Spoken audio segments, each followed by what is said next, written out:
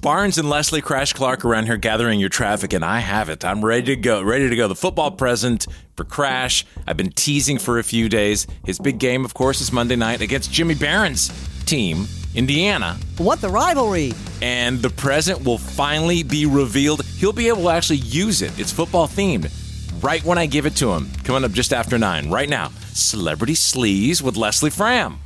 You know, late last year, Barnes, Justin Baldoni sat down for a deposition in his ongoing legal battle with Blake Lively, and this just came out.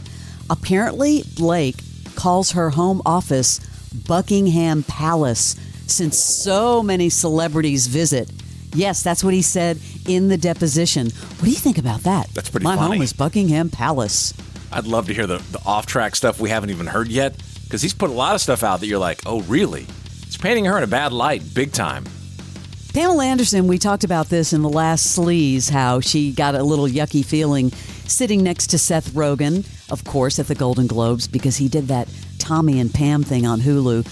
But now she's blaming Tommy Lee's wife, Brittany Ferlin, for their estrangement. She says, I miss him. She was on with Andy Cohen, and she said she wishes their relationship would be better. I just think he's a real romantic. He's very dedicated to his wife, and I think that he just doesn't want to cause any waves. Or maybe, I don't know, but I don't like it. I wish I had a better relationship with him. I miss him. She's talking about Tommy? Yes. Wow. She's always said that. She's always said that, though. But have you heard about this weird catfishing thing with Tommy Lee's wife, Brittany? Yeah. A while back, right? Yeah, this guy, Ronnie Radke, I guess, got unhinged and obsessed with her. And it was sort of I don't know, I guess it was some sort of a catfishing thing. But she admitted to Tommy that she had a secret relationship with this dude via Snapchat. Wow. Tommy Lee confronted the guy online, and that's when the guy allegedly started the catfishing narrative. What a bizarre story. You know how many people have that happening in marriages? That there are probably these secret, just call them a DM relationship that are going on? Yes. I bet there's hundreds and thousands of them that people are just completely clueless. You know, The Rip on Netflix starts today. Oh, am I going to watch that? Matt Damon. Same. Ben Affleck. I will say, though, that when they were on the New Heights podcast, they were saying it wasn't all fun and games. Here's a little emotional parenting advice from Matt Damon. An old friend of mine said when my 19-year-old was probably 18 months, said, don't blink. That is real. Yeah. My daughter broke her collarbone, and this morning she was getting ready for school. She's 17. She asked me to brush her hair. So I brushed her hair, and it was I hadn't brushed her hair, I don't know, 8-9 years. You know what I mean? Yeah. You're at that stage now where it's like you get them ready. Oh, you got to do all of it. They're lined up. Yes, exactly. I don't remember when I brushed her hair for the last time. It just kind of happened. Oh, man. And then life kind of kept going, and the changes are so incremental that you don't realize until I ran the hairbrush through her hair, and it's the same. Yeah. And it buckled me, man. So don't blink. That's awesome. Okay. I like that. I like that a lot. Some nice advice. Yeah, it is true. I've had two come through the Barnesology system. I could make, Leslie Fram, a mean ponytail. Like I was on point with my ponytail making. I like hearing about Barnes the dad. That's I right. really do. It's a whole other side of you. I got the second one about to get out of college. One more year. Wow. Do you think this is good, Barnes? I have to ask you this. Amy Robach and TJ Holmes are apparently going to invite their now dating ex-spouses to their wedding. They're trying to get publicity still for this damn podcast. Has to be. Would Andrew and Marilee show up? Why would they? They both cheated. That is the worst idea ever if it's true. Okay, I don't know if you've been following this or not, but Ted Danson has been on the Team Coco podcast. This is hilarious. Mark Ruffalo and Woody Harrelson tell him about a real bar fight. And a woman came up to him and she said, "Oh my God, I love you so much." And Woody put his hand on her arm and he said, "Oh, thank you, darling," And this guy comes over and he pushes her out of the way and he shoves Woody. Oh, bad. No, not bad. good. Yeah, I remember that. Because Woody's first response is not shove someone back, but immediately punch them in the face. Yeah. Which is the right thing to do, by the way. But then a whole melee broke out in this bar, and it was going to become a whole thing. I grabbed you and I pulled you out because I was like, this could be fun, but it also just could go so disastrously wrong because you and I might be able to handle ourselves, but the rest of the folks we were with, I don't think so. I'm embarrassed to say that I would have been the guy who said, I'll be right. I'll call someone. I'll be right back. Do you want to get into a bar fight with Woody Harrelson? I don't think so. Have you heard who has a new podcast? Everyone? Who? I mean, the list goes on and on. Pete Davidson on Netflix. Well, what took him so long? Netflix announced that Pete Davidson and former NFL star Michael Irvin are going to host a new podcast. Pete will host The Pete Davidson Show. That's clever. Featuring no-holds-bar conversations filmed mostly in his garage, Barnes. He's getting paid, too. You know, Netflix is throwing out some bags. That starts January 30th. And then Irvin, he's going to have one called The White House with Michael Irvin, a twice-a-week sports talk podcast starting in just a few days. But this is out of control. He's been on the sidelines for all these Miami, games, and he'll be, I'm sure, Monday night gathering content on the sideline.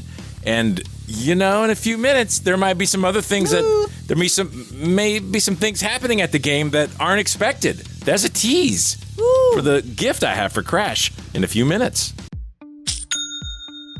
Nobody does selling better than Shopify. Shopify is the home of the #1 checkout on the planet. And the not-so-secret secret, with Shop Pay that boosts conversions up to 50%, meaning way less carts go abandoned and way more sales going through. So if you're into growing your business, your commerce platform better be ready to sell wherever your customers are scrolling or strolling. On the web, in your store, in their feed, and everywhere in between.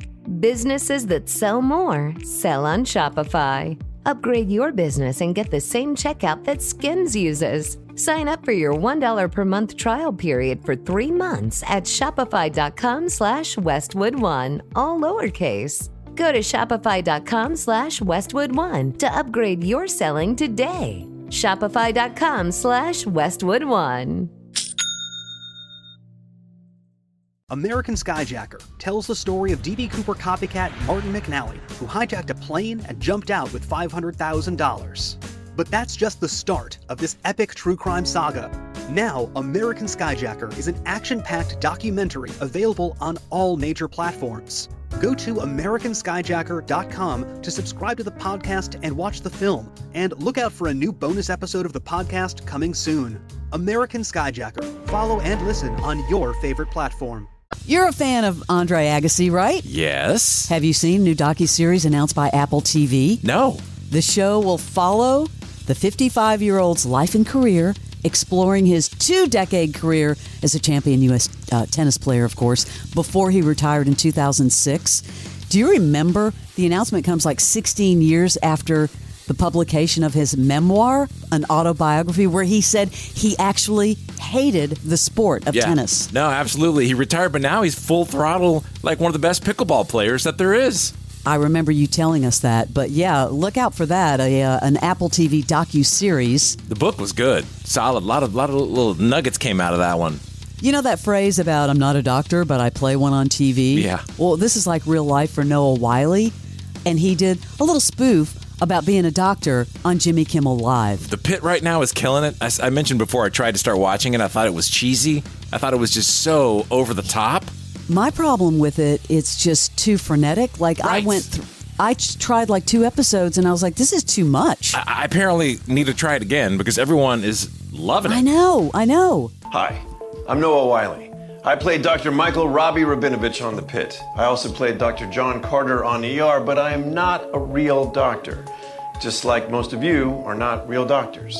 I was cast because I have a trustworthy face and can convincingly deliver complicated medical lines, like, I'm sorry, Mr. Horvath. I'm afraid that you have advanced sphenopalatine ganglion neuralgia. I have no idea what I just said.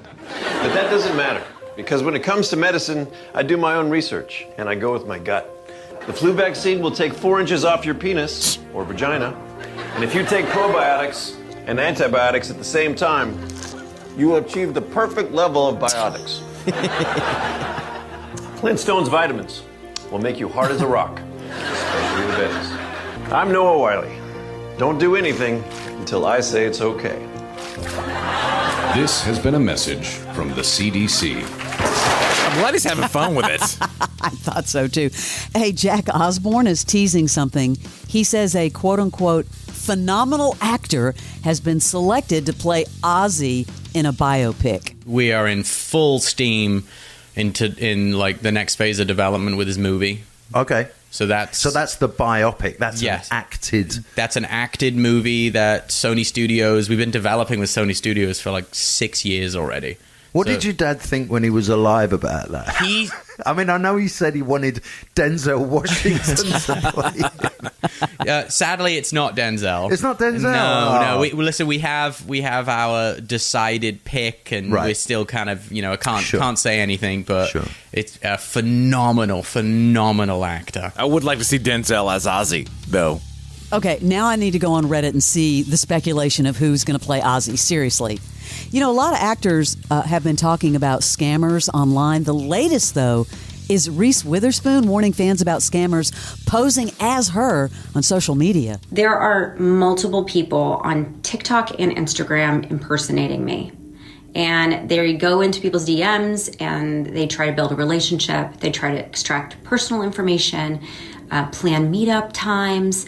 I want you to know this is not me. And it's so upsetting that people would use my name to manipulate people, but I want you to know that I would never, ever manipulate you. I would never reach out to you for money, for private information, to create a meetup time. So please look at these accounts that are doing this and make sure they're verified. If somebody's talking to you, this is not just me. This is happening across the board, but it's really upsetting to me that this is happening on such a large scale. So please be careful out there, and please know I would never, never reach out to you to manipulate you or take anything from you. Okay? Wow, and with AI, this is happening more and more. I am so upset. I had lunch with Reese Witherspoon 413 today at 11:30. I'm talking to the wrong person. I'm sorry, Barnes. This is awful. I'm really sorry. That is your Celebrity Sleaze. The CJ Pearson Show. I'm CJ Pearson, and I'm the host of the CJ Pearson Show. Every week, we'll take on the biggest cultural, political, and moral battles in America head on. From a perspective you won't hear on mainstream media. No spin, no filters, and no apologies. Straight talk and fearless, real perspective. Family, faith, country, bold truth, real conviction, zero permission. This is the CJ Pearson Show. The CJ Pearson Show. Follow and listen on your favorite platform.